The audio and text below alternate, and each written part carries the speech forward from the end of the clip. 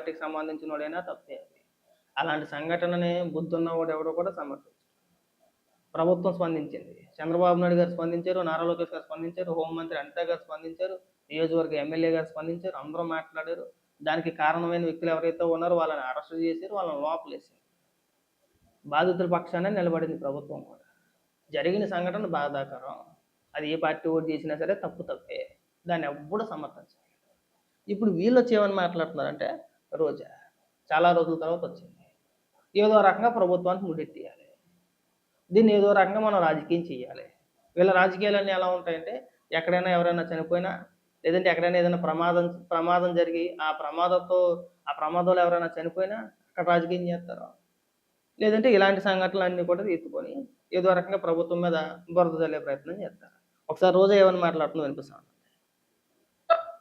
ఇది గుంటూరులో జరిగిన విషయానికి ఈ రోజు ప్రభుత్వం మేల్కొని ఎంత హడావిడి చేస్తుందో మనం అందరం కళ్ళారా చూస్తాం. మేల్కొని హడావిడి చేయడం ఏంటండి, ఒక సంఘటన జరిగింది, వీడియోలు బయటకు వచ్చింది, దారుణమైన సంఘటన. మేమే చెప్తున్నాం, మేము ఒప్పుకుంటున్నాం కదా, ప్రభుత్వమే చెప్తుంది ఇలాంటి సంఘటన జరగకూడదు, ఇలా చాలా తప్పిది. అది పార్టీకి సంబంధించిన నాయకుడైనా సరే ఇలాంటి సంఘటన జరగకూడదు, మనం చేయకూడదు, చాలా దారుణమైన సంఘటన. చంద్రబాబు నాయుడు గారు, నారా లోకేష్ గారు అందరూ స్పందించారు. అతని పైన కఠినమైన చర్యలు తీసుకోవాలని చెప్పేసి అని ఆదేశాలు జారీ చేశారు, అతను అరెస్ట్ చేశారు, లోపలేశారు. మరి ఏం చేయాలి ఇక్కడ? నువ్వేం మాట్లాడుతున్నావు, నీకైనా అర్థమవుతుందా? మాట్లాడు, ఇంకా మాట్లాడు. జూలై 13వ తేదీ జరిగిన ఆ ఇన్సిడెంట్ అనేది ఒక మహిళ మీద జరిగింది కాదు, అది ఓవరాల్ ఒక చట్టం, పోలీస్ వ్యవస్థ ఎలా దిగజారిపోయిందో దానికి నిదర్శనంగా, మానవత్వం లేదు అనటానికి నిదర్శనంగా జరిగిన ఇన్సిడెంట్. అసలు ఒక చిన్న వాటర్ పైప్ కనెక్షన్ కోసం జరిగిన గలాటాలో తెలుగుదేశానికి సంబంధించిన మల్లెల వెంకటరమణమూర్తి 21 డివిజన్ లో ఉన్న నాయకుడు తన కుటుంబ సభ్యులతో కలిసి ఒక మహిళని బట్టలన్నీ ఊడదీసి మూత్రం పోయేంత వరకు, అంటే బాత్రూమ్ పోయేంత వరకు కొట్టారు. అంటే ఎంత ఘోరంగా కొట్టుంటారో ఒకసారి మీరు ఆలోచించండి. చిన్న విషయం, ఆ సంఘటన ఎవడో సమర్థించట్లేదా అంటున్నా. నువ్వు మాట్లాడితే తెలుగుదేశం పార్టీకి చెందిన నాయకుడు అని ఒక్క ఆయన చెప్తున్నావు కదా, మేమేమి దానికేం కాదనట్లేదు. ఇమీడియట్గా పార్టీ చర్యలు తీసుకుంది. ఒక సంఘటన జరిగింది, సంఘటన గల కారణం తెలుగుదేశం పార్టీకి సంబంధించిన నాయకుడు అని తెలియగానే పార్టీ సస్పెండ్ చేసింది, కేసులు పెట్టారు, లోపలేశారు. మీ పార్టీలాగా వదిలేలేదు. ఇంకా మాట్లాడుకుంటా పోతే చాలా దూరం వెళ్తుంది, మాట్లాడదాం. ఒకసారి నువ్వు మాట్లాడిన తర్వాత మాట్లాడదాం.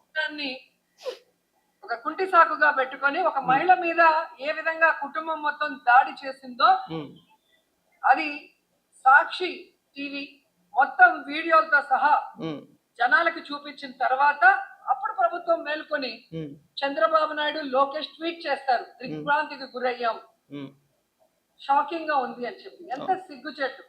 ఈరోజు అధికారంలో మీరున్నారు, ముఖ్యమంత్రిగా చంద్రబాబు నాయుడు ఉండి నువ్వు ఫెయిల్యూరు, నీ పోలీస్ వ్యవస్థ ఫెయిల్యూరు, నీ ఇంటెలిజెన్స్ ఫెయిల్యూర్ అనేది ప్రజలందరూ తెలుసుకున్న తర్వాత ఏదో అమాయకంగా దిగ్భ్రాంతికి గురయ్యాను అని చెప్పి ఇప్పుడు ఫలానా వ్యక్తి మీద కేసు పెట్టండి అని చంద్రబాబు నాయుడు చెప్పిన తర్వాత కేసు ఫైల్ చేస్తున్నారు. అంటే ఈ రాష్ట్రంలో పోలీస్ వ్యవస్థ పని చేయడం మానేసిందా?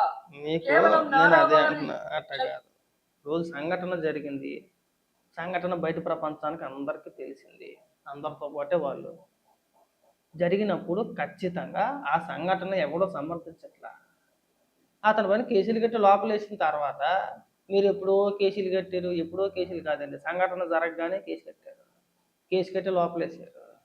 మీరు లేటుగా స్పందించారు, ప్రభుత్వం మీకంటే ముందే స్పందించిందని చెప్పేసి మీ బాధ ఇక్కడ. ఎందుకని వీళ్ళ బాధ అదే, ప్రభుత్వం మాకంటే ముందే స్పందించి ఆ దాడికి కారణమైన వ్యక్తులు ఎవరైతే ఉన్నారో వాళ్ళని అరెస్ట్ చేసి వాళ్ళని రిమాండ్కి వేసారు, వాళ్ళ పైన చట్టపరమైన చర్యలు తీసుకున్నారో బాధితురాలు పక్షాన నిలబడింది ప్రభుత్వం. వీళ్ళ బాధ అది. అలాంటి సంఘటన ఎవడో సమర్థించడు, ఏ పార్టీకి సంబంధించిన వ్యక్తి అయినా సరే ఎవడు వెనకేసుకు రాడండి. ఆ వెనకేసుకు వచ్చే బుద్ధులు ఏమైనా ఉన్నాయంటే వైఎస్ఆర్సీపీ పార్టీకే ఉంటాయి, మీకే ఉంటాయి. లేదండి చంద్రబాబు నాయుడు గారు లేటుగా స్పందించారండి, లోకేష్ గారు లేటుగా స్పందించారండి, జగన్మోహన్ రెడ్డి నిన్న వేసాడు ట్వీట్, రాత్రి వేసాడు ట్వీట్, మీకు తెలియలేదా? పోనీ మీరు వెళ్ళి పోరాటం చేయొచ్చు కదా అక్కడ. ఘటన జరగగానే మీరు రాజకీయం చేసే అవకాశం కూడా లేకుండా ఘటన జరగగానే ఇమ్మీడియట్గా స్పందించారు మూలానే. మీరు లేట్గా రియాక్ట్ అయ్యి మీరు ఇప్పుడు స్పందించి మరి ఇప్పుడు దాకా నువ్వెందుకు స్పందించలేదండి? ఘటన జరిగి 3 రోజులు అవుతుందని చెప్పేసి నువ్వే మాట్లాడుతున్నావు కదా. 3 రోజుల కిందటే వాళ్ళ పైన కేసులు నమోదు చేశారు, వాళ్ళని అరెస్ట్ చేశారు, లోపలేశారు. జరిగే ప్రాసెస్ అంతా చట్టపరంగా ఏ విధమైన చర్యలు తీసుకోవాలి ఆ విధమైన చర్యలు తీసుకుంటారు. ఆ వీడియోలు నిన్న ఎప్పుడో బయటకు వచ్చినాయి. వీడియోలు బయటికి రాగానే నారా లోకేష్ గారు కానీ, చంద్రబాబు నాయుడు గారు కానీ నుంచి నారా లోకేష్ గారు, హోంమంత్రి అనిత గారు, నియోజకవర్గ ఎమ్మెల్యే అందరూ స్పందించారు. రాష్ట్ర వ్యాప్తంగా అందరూ స్పందించారు. మహిళా కమిషన్ కూడా స్పందించారు. వాళ్ళు కూడా మాట్లాడారు. బాధితురాలకు అండగా ఉంటామనే చెప్తున్నారు. ఆ నిందితుల్ని వదలం, దానికి కారణమైన ఎవరైతే దాడి చేశారో, దాడి చేసిన వ్యక్తులు ఎవరైనా సరే వాళ్ళని వదలం అనే చెప్తున్నారు. ఇక్కడ మీరు లేటుగా స్పందించి మీకు రాజకీయం చేసే అవకాశం ఎక్కడ ఇవ్వాల ప్రభుత్వం. ఆ జరిగిన సంఘటనలో బాధితుల పక్షానే నిలబడింది. అది ఏ పార్టీకి సంబంధించిన వ్యక్తులు ఉన్నా సరే ఇటు పక్కన. ఇక్కడ పార్టీలు చూడాల. ఇక్కడ మీ ఏడుపది. మీరు లేటుగా స్పందించి ఇక్కడ మీరు వచ్చి ప్రభుత్వం లేటుగా స్పందించిందని చెప్పేసి మీరు మాట్లాడుతున్నారు. వద్దు, అనవసరంగా ఇలాంటి విషయాల్ని రాజకీయం చేయడం మంచిది కాదు. జరిగిన సంఘటనను ఎవడో సమర్థించట్లా. సమర్థిస్తే మీరు మాట్లాడాలి. ఒకవేళ నిజంగా దానికి సంబంధించిన కారకులైన వ్యక్తులు ఎవరైతే ఉన్నారో వాళ్ళ పైన కేసులు కట్టకుండా, వాళ్ళని అరెస్ట్ చేయకపోయినా, లేదంటే చర్యలు తీసుకోకపోతే అప్పుడు మీరు వెళ్ళి అక్కడికి వెళ్ళి ఏమన్నా ఇలా కొట్టారు, ఇది తప్పిది, మీరు అతని పైన చర్యలు తీసుకోలేదు, మీ పార్టీ నాయకుడైనా ఇంకోటైనా మాట్లాడితే ఒక అర్థం ఉంటుంది. తీసుకోవాల్సిన చర్యలన్నీ తీసుకున్నారు, కేసులు పెట్టారు, లోపలేశారు. మీకు మాట్లాడే అవకాశం లేదు. మీకు మాట్లాడే అవకాశం లేని వాళ్ళు ఇక్కడికి వచ్చి అడ్డంగా వాగుతున్నారు. అంతకుమించి ఏం లేదు ఇక్కడ. మాట్లాడు ఇంకా. చంద్రబాబు నాయుడు చెప్తేనే కేసు ఫైల్ చేస్తారని నేను అడుగుతున్నాను. చట్టం తన పని తను చేసుకొని పోవాలి కదా. అవును. ఈరోజు ఎవరైతే బాధితురాలుందో ఆ అమ్మాయి ఈ మల్లెల వెంకటరమణమూర్తి వల్ల ఇబ్బంది పడుతూ పోయి పోలీసులకి కంప్లైంట్ చేసినప్పుడు కనుక వెంటనే వాళ్ళు కేసు నమోదు చేయడం కానీ లేదా వాళ్ళని పిలిపించి వాళ్ళకి బెదిరించి పంపించుంటే ఈ రోజు ఇది జరుగుండేది కాదు. కానీ ఈ రోజు రాష్ట్రంలో రెడ్ బుక్ రాజ్యాంగం అంటూ తెలుగుదేశం పార్టీ నాయకులు, కార్యకర్తలు, నాకు తెలుసు మీరు ఇడి తిప్పి ప్రతి సంఘటనని కూడా రాజకీయంగా మీ పార్టీకి ఎలాగా అనుకూలంగా మార్చుకోవాలో ఆ విధమైన ప్రయత్నాలు చేస్తారు. మీకు కావాల్సింది ఓట్లు. ఆ బాధిత మహిళ పైన మీకేమీ సానుభూతి లేదు. వాళ్ళకి న్యాయం జరగాలనో వాళ్ళకి అండగా ఉండాలనో మీ ఉద్దేశం కాదు. ఆ సంఘటనను అడ్డం పెట్టుకొని మనం రాజకీయం చేయాలి, మనం ఓట్లు దండుకోవాలి అంటేనే. అంతకు మించి మాకేం కనబడట్లేదు ఇక్కడ. ఇలాంటి సంఘటనలో రాజకీయం చేయడం మంచిది కాదు. అందరూ స్పందిస్తున్నారు, అందరూ కూడా దాన్ని తప్పనే అంటారు, దాన్ని ఎవడో కూడా సమర్థించడు. మళ్ళీ రెడ్ బుక్ అని కాసేపు నువ్వు కూడా కన్నా రజనీలా తయారయ్యావు. పూటకో మాట మాట్లాడుకుంటా, ఇప్పుడు ఒక మాట, ఆ తర్వాత ఒక మాట, ఆ తర్వాత ఇంకొక మాట. ఏం మాట్లాడతారో మీకే అర్థం కావాలి. ఏం చేసినా పర్వాలేదు, మేము అండగా ఉంటాము అని చంద్రబాబు నాయుడు, లోకేష్ భరోసా ఇచ్చారు కాబట్టి ఈ రోజు అలా ఎవరన్నా ఇస్తారా? నువ్వు చెప్పు. చంద్రబాబు నాయుడు గారు కావచ్చు, నారా లోకేష్ గారు కావచ్చు, లేదంటే ఏ పార్టీకి సంబంధించిన వ్యక్తులైనా కావచ్చు. ఇప్పుడు జగన్మోహన్ రెడ్డి ఉన్నాడు.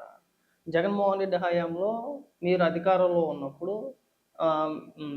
మీ MLC driver Subrahmanyam door delivery చేశాడు. అంటే జగన్మోహన్ రెడ్డి ఆదేశాల మేరకు చేశాడా?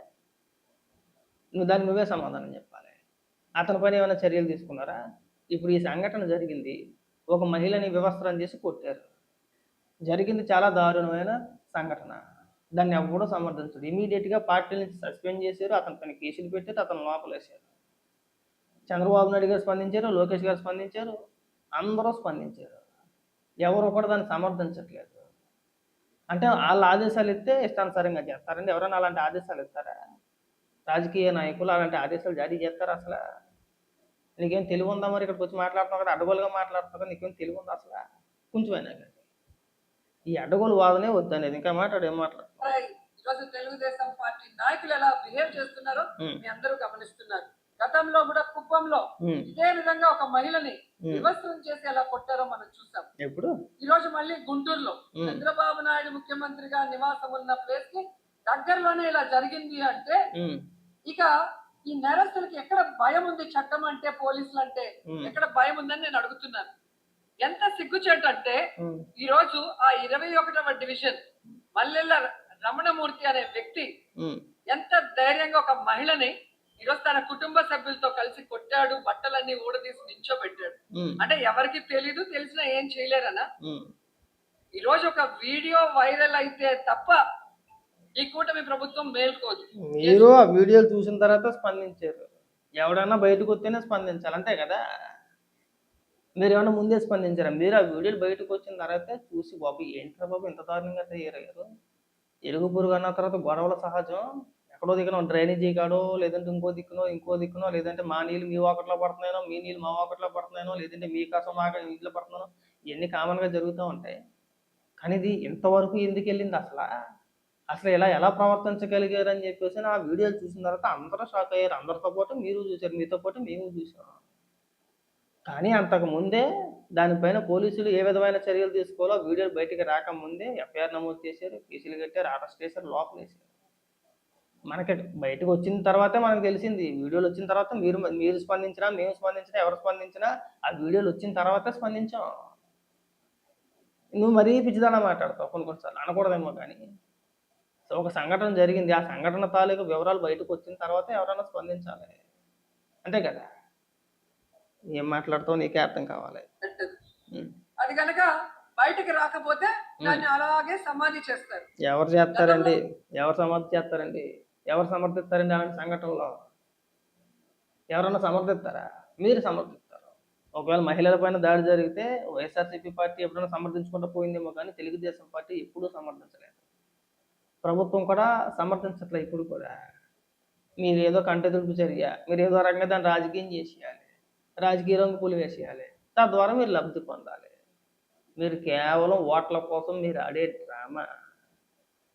మనకు అన్ని ఇలాంటివే కనబడతాయి. ఎక్కడైనా ఏదైనా ప్రమాదం జరిగినా లేదంటే ఇంకోటి ఏదైనా జరిగినా ఎవరైనా చనిపోతానో ఇంకోటి జరిగితేనో మీరు ఇక్కడికి వాలిపోయి గద్దల్లాగా మనం ఏదో రకంగా రాజకీయం చేయాలనే ప్రయత్నాలు చేస్తారు. కానీ అంతకుమించి మీ వాళ్ళు ఊరిగేది ఉండదు, ఊడేది ఉండదు.